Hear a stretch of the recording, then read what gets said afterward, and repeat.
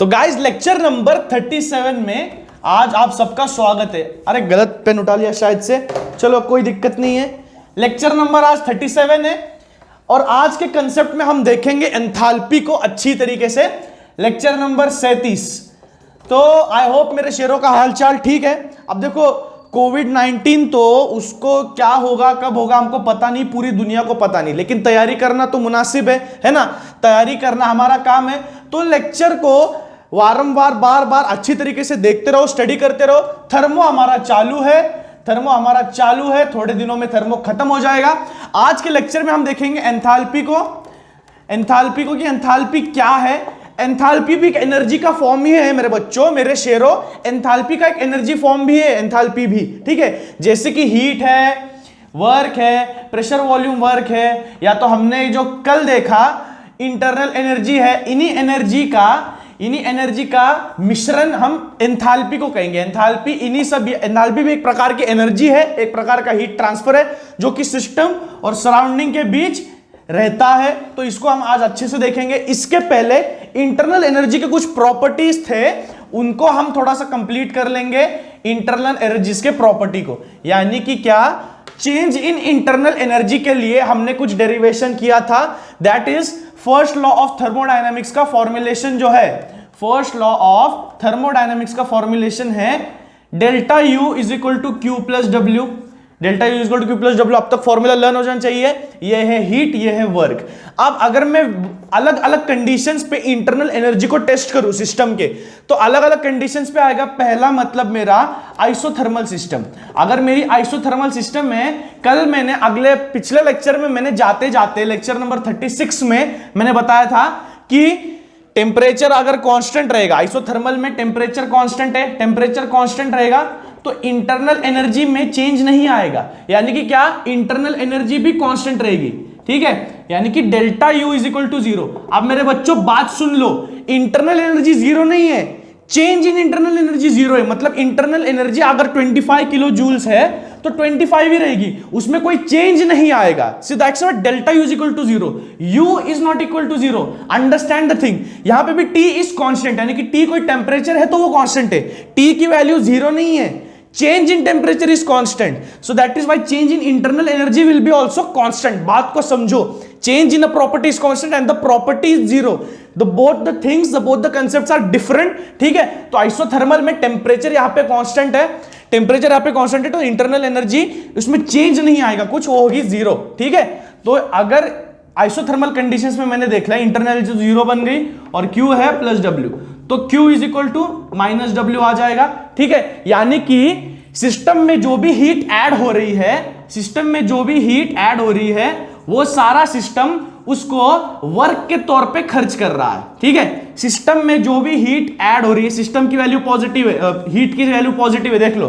तो मतलब सिस्टम में सराउंडिंग की तरफ से जो भी हीट ऐड हो रही है और वर्क नेगेटिव, यानी कि सिस्टम से सराउंडिंग में वर्क हो रहा है। तो आइसोथर्मल कंडीशंस में इंटरनल एनर्जी का एक्सपेंस जीरो है, लेकिन इसीलिए जो भी सिस्टम में हीट ऐड हो रही है वो सारी हीट वर्क करने में लग रही है, इसलिए इंटरनल एनर्जी चेंज नहीं हो रही है कुछ, क्योंकि जो हीट आ रही है, समझो इंटरनल एनर्जी की कोई बेस वैल्यू है, उसमें हीट ऐड हो रही है और वही हीट इस्तेमाल हो रही है वर्क करने में। तो फिर इसीलिए इंटरनल एनर्जी में चेंज नहीं है कोई, और जितना हीट है उतना वर्क एक्सपेंस हो जा रहा है। सीधी सी बात है, सिंपल है, बेसिक है, ठीक है। इसके बाद हम देखेंगे एडियाबैटिक प्रोसेस में क्या चेंज आता है। अगर मैं अलग प्रोसेस ले लूं, यानी कि एडियाबैटिक, ठीक है। एडियाबैटिक प्रोसेस देखेंगे। एडियाबैटिक प्रोसेस में हीट इज कांस्टेंट, ठीक है। यानी कि change in heat, exchange in heat between the surrounding and the system is constant. क्या कांस्टेंट है अपना? जीरो क्या है? No exchange of heat, no exchange, ठीक है। हीट का एक्सचेंज नहीं है, इसलिए क्यू जीरो दिया है। यानी कि क्या, हीट का कोई एक्सचेंज नहीं है। ऐसी बात नहीं है कि मतलब हीट ही जीरो है, कुछ है ही नहीं वहां पे, एक्सचेंज ऑफ हीट नहीं है। मतलब सिस्टम और सराउंडिंग में जो एक्सचेंज होना चाहिए हीट का, वो नहीं हो रहा है, ठीक है। तो उसमें क्या होगा, एक्सचेंज ऑफ हीट जीरो है, तो delta U is equal to Q zero आ जाएगा plus W. So delta U is equal to work done, ठीक है। यानी कि डेल्टा, अगर मैं माइनस साइन ले लूं तो सिस्टम अगर कोई वर्क कर रहा है तो माइनस डब्ल्यू आ जाएगा, सिस्टम अगर कोई वर्क कर रहा है वो माइनस डब्ल्यू आ जाएगा। तो जो भी सिस्टम वर्क करेगा वो सारा का सारा सिस्टम की इंटरनल एनर्जी लेगा, बाहर से कोई हीट लेगा ही नहीं, क्योंकि ये एडियाबैटिक प्रोसेस है बेटो। समझ रहे हो शेरो, मेरे बात को समझो, एडियाबैटिक प्रोसेस है तो इसमें हीट एक्सचेंज जीरो है, ना सराउंडिंग सिस्टम को दे सकता है ना सिस्टम सराउंडिंग को दे सकता है। तो वहां पे जो भी खर्च होगा इंटरनल एनर्जी, जो भी वर्क डन होगा वो सारी की सारी इंटरनल एनर्जी को खर्च करेगा, यानी कि मॉलिक्यूल्स के पास जितनी इंटरनल एनर्जी है उस एनर्जी को खर्च करेगा ये वर्क करने के लिए, क्योंकि हीट आ नहीं रही है, हीट जा नहीं रही है, तो जितना भी इंटरनल एनर्जी अवेलेबल है उसको ही खर्च करेंगे एडियाबैटिक प्रोसेस में, क्योंकि हीट कोई है नहीं देने वाला। यहां पे आइसोथर्मल में हमने देखा हीट देने वाला है, तो जितनी हीट आ रही है उतना वर्क हो रहा है, इंटरनल एनर्जी बची हुई है। लेकिन यहां पे इंटरनल एनर्जी जो है उसी को इस्तेमाल करके वर्क डन हो रहा है। समझ रहे हो, बहुत बेसिक है, बहुत ईजी है। अगर इस तरह से समझ के आप याद रखोगे तो अच्छे से याद रहेगा, ठीक है। नोट्स बनाते रहो, फॉर्मूला लिखते रहो, पॉइंट्स लिखते रहो, ठीक है। उसके बाद इन्होंने दिया है आइसोबैरिक प्रोसेस। आइसोबैरिक है क्या आइसोकोरिक है? आइसोकोरिक है, चलो ठीक है, कोई बात नहीं, आइसोबैरिक ले लो, कोरिक ले लो, कोई दिक्कत नहीं है ना। आइसोकोरिक प्रोसेस में क्या होगा, क्या होगा मेरे पपीतो, मेरे चीतो, बोलो फटाफट। आइसोकोरिक प्रोसेस में क्या होगा? आइसोकोरिक प्रोसेस में चेंज इन वॉल्यूम नहीं होता, यानी कि delta V is zero, constant, ठीक है। There is no change in volume, it doesn't mean that volume is zero, कुछ है ही नहीं, ऐसी नहीं है। चेंज इन वॉल्यूम जीरो है, वॉल्यूम चेंज नहीं हो रहा है आइसोकोरिक प्रोसेस में। तो हमारे पास फॉर्मूला इंटरनल एनर्जी का delta U is equal to Q plus W. We also have W is equal to minus P delta V, है नहीं है कि नहीं है ना। तो यहां पे delta U is equal to Q minus P external, और we can say it as P into delta V. अब यहां पे delta V is equal to क्या है? जीरो है, कांस्टेंट है चेंज, ठीक है ना।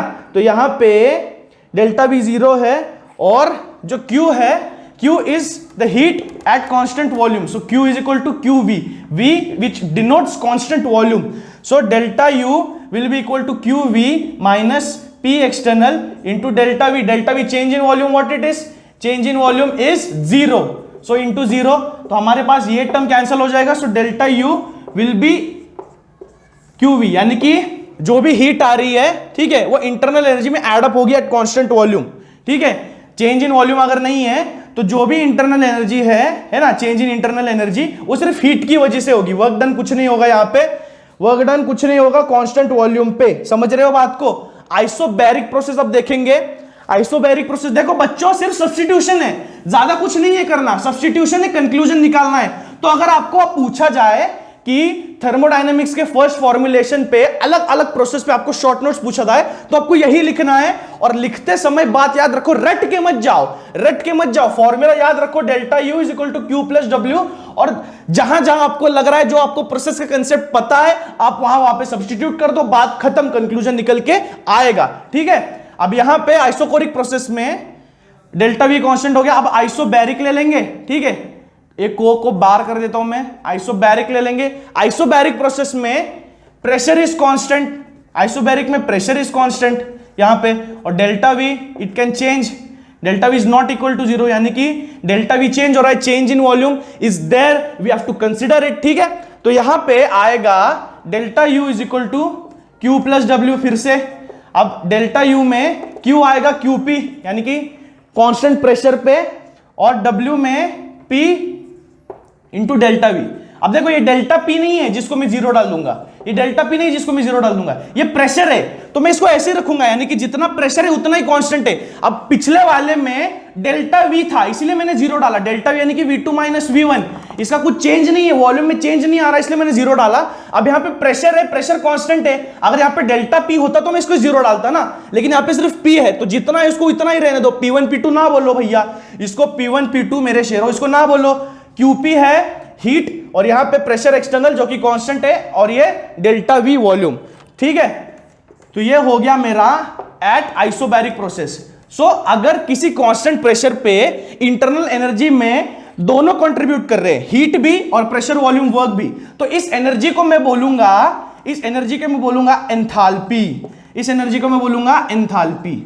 Enthalpy is basically the heat transfer and the amount of heat which is added to the system or which is given out from the system in terms of heat and in terms of pressure, work, volume. So this is enthalpy which we can conclude, ठीक है। अगर किसी isobaric process को मैं first law of thermodynamics का formulation कर लूं जहां पे प्रेशर कांस्टेंट है, तो उसका कंक्लूजन निकल के आएगा कि वो एक एनर्जी है जो कि हीट और वर्क दोनों का कंट्रीब्यूशन मांग रही है, ठीक है। And it is a heat transfer basically, ठीक है, from system to surrounding how much heat is gained और from surrounding to system, from system to surrounding how much heat is removed, ठीक है।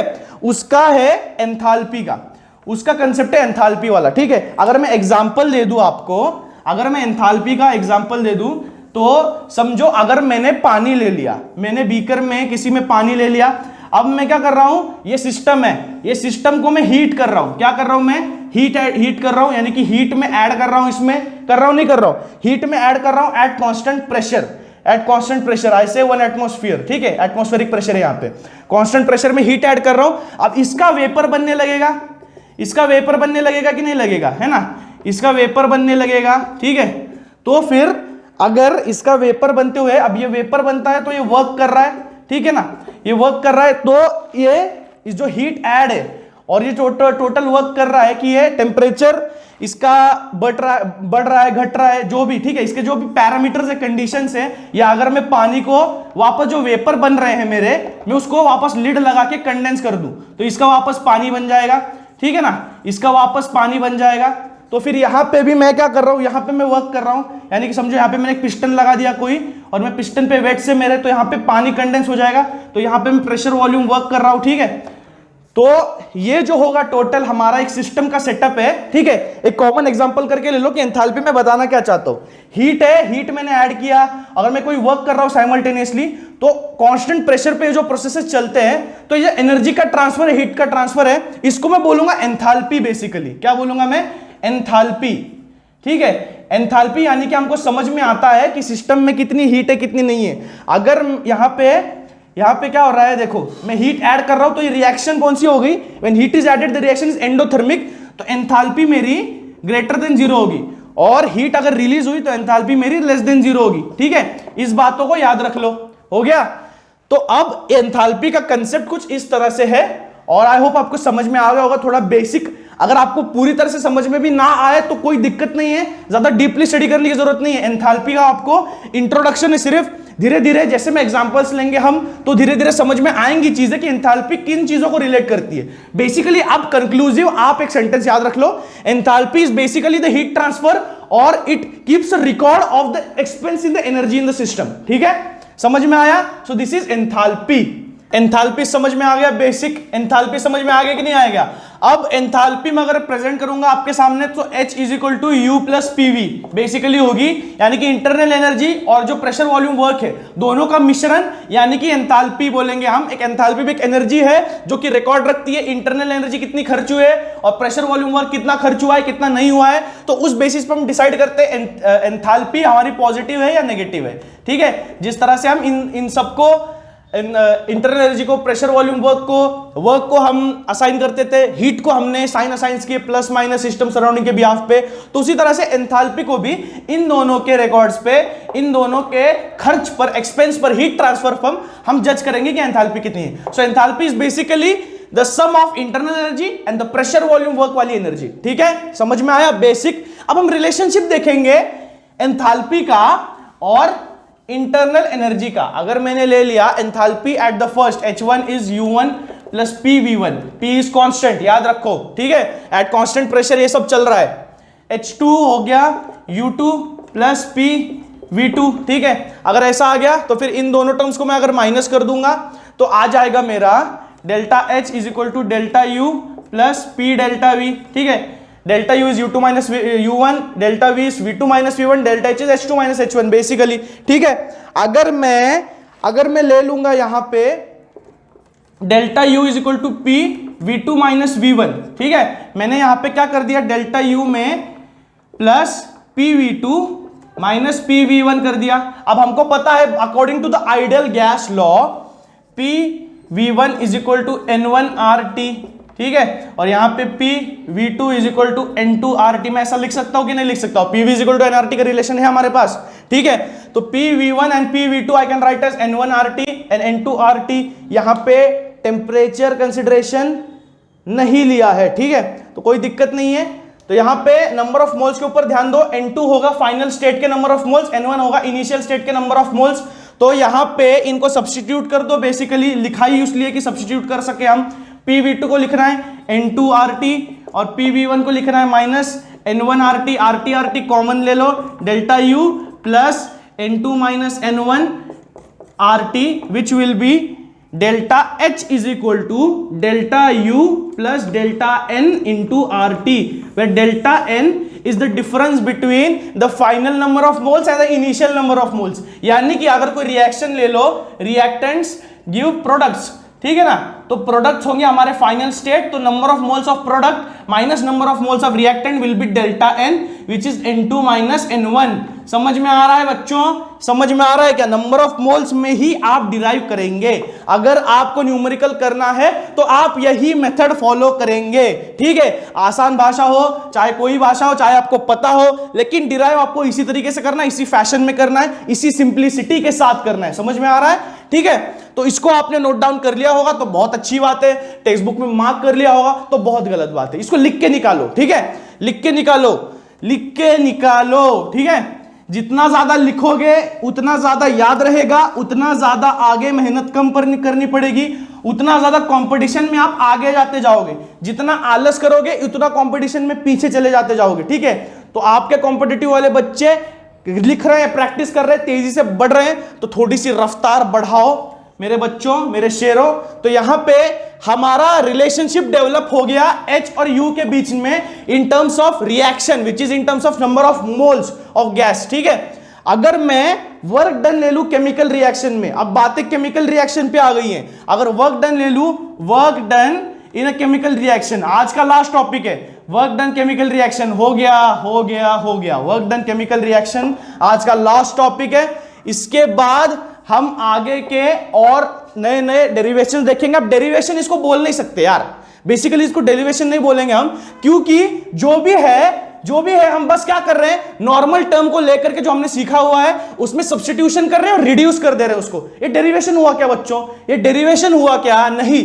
फिर भी तुम लोग डेरिवेशन काउंट करते हो, 1 2 3 4। थर्मोडायनेमिक्स में 18 डेरिवेशन है, इसमें इतने डेरिवेशन है, इसमें सॉल्व्ड एग्जांपल्स इतने, इसमें अनसॉल्व्ड इतने, गिन के रखते हो और दोस्तों में डिस्कस करते हो कि मेरे 108 अभी तक हो गए हैं, 256 करना बाकी है। अबे यार ये कोई पढ़ाई हुई बे? हाँ, सब्स्टिट्यूशन वाले टर्म्स को अगर डेरिवेशन में गिनोगे तो यार बहुत मार खाओगे तुम लोग, ठीक है।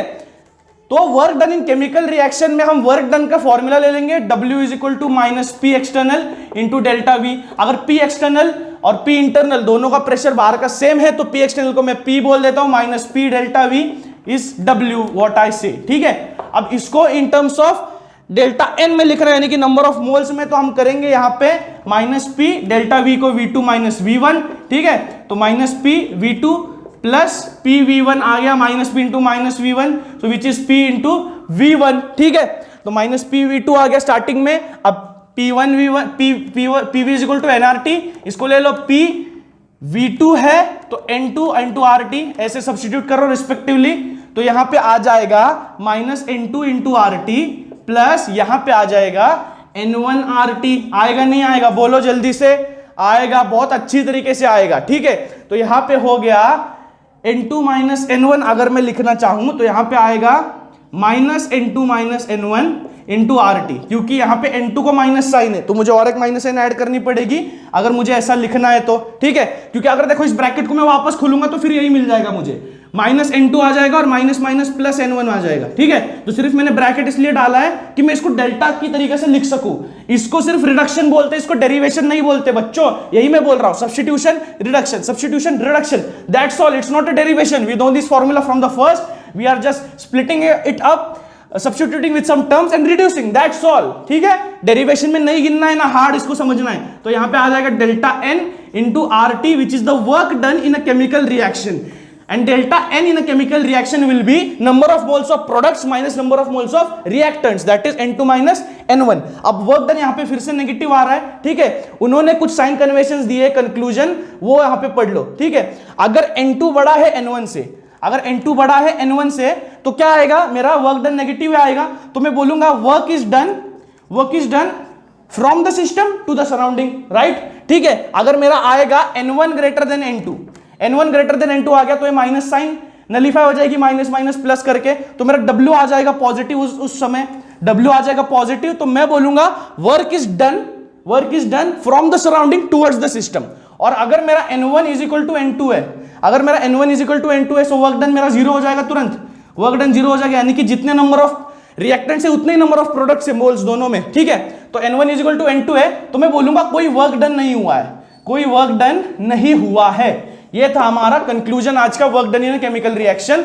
यहां पे आपको बेसिकली डेरिवेशन नहीं करना है, आपको लास्ट के कंक्लूजन ज्यादा ध्यान में रखना है कि n1 n2 दोनों में बड़ा कौन होगा, तो वर्क डन की साइंस कैसे चेंज होंगी और कौन किस पे वर्क करेगा, सिस्टम सराउंडिंग पे, सराउंडिंग सिस्टम पे। समझ में आया? तो आज के लेक्चर नंबर 37 को यहां पे मिलता है पूर्ण विराम और वर्क एंथैल्पी जैसे कंसेप्ट्स को यहां पे मिलता है आराम, ठीक है। तो इसको खत्म कर देते हैं लेक्चर नंबर 37 को। अगले लेक्चर में बता दूं मेरे बच्चों, अगले लेक्चर में एंथैल्पी के फिजिकल ट्रांसफॉर्मेशन को देखेंगे, हेस लॉ को देखेंगे, और क्या है देखने लायक, थर्मोकेमिस्ट्री थोड़ा सा इंट्रोडक्शन कर लेंगे, वो तो मैं उसके अगले लेक्चर में लूंगा, लेकिन थर्मोकेमिस्ट्री का इंट्रोडक्शन हो जाएगा। उसके बाद और थोड़ा पोर्शन बचा है, फिर उसके बाद यार थर्मोडायनामिक्स तो खत्म है, कुछ नहीं, कुछ भी नहीं है, सब खत्म, ठीक है। इजी लग रहा है यार बहुत एकदम यार। अगर आप थर्मोडायनामिक्स को ठीक से देख लोगे ना, स्टार्टिंग से लेकर के सब चीजें जैसे मैंने सिखाई है 1 बाय 1, अगर आप नोट डाउन कर रहे हो तो कुछ भी नहीं है थर्मोडायनामिक्स, बहुत इजी जाएगा बच्चों। और जितना ज्यादा हेल्प हो सके जो 12th में है अपने भाई बहनों की करो, बताओ उनको पढ़ाई चल रही है, पढ़ाई शुरू कर दो, ठीक है। लेक्चर्स है सारे के सारे फ्री में है यार, दिक्कत क्या है, ठीक है। तो जितना ज्यादा हो सके पढ़ो, डाउट्स पूछो। तो उसके बाद मिलूंगा अगले लेक्चर में 37 में, उसके लिए बेल आइकन को प्रेस कर दो, पहले तो बेल आइकन को प्रेस कर दिया, अब लाइक भी कर दो, लाइक भी कर दिया, अब सब्सक्राइब भी कर दो और शेयर भी कर दो, ठीक है। सारी चीजें एक साथ कर दो, आते हो आधे घंटे के लिए तो चीजें करके फिर जाओ, ठीक है। तो मिलूंगा लेक्चर नंबर 38 में, तब तक के लिए अलविदा, गुड बाय, मिलूंगा, ठीक है।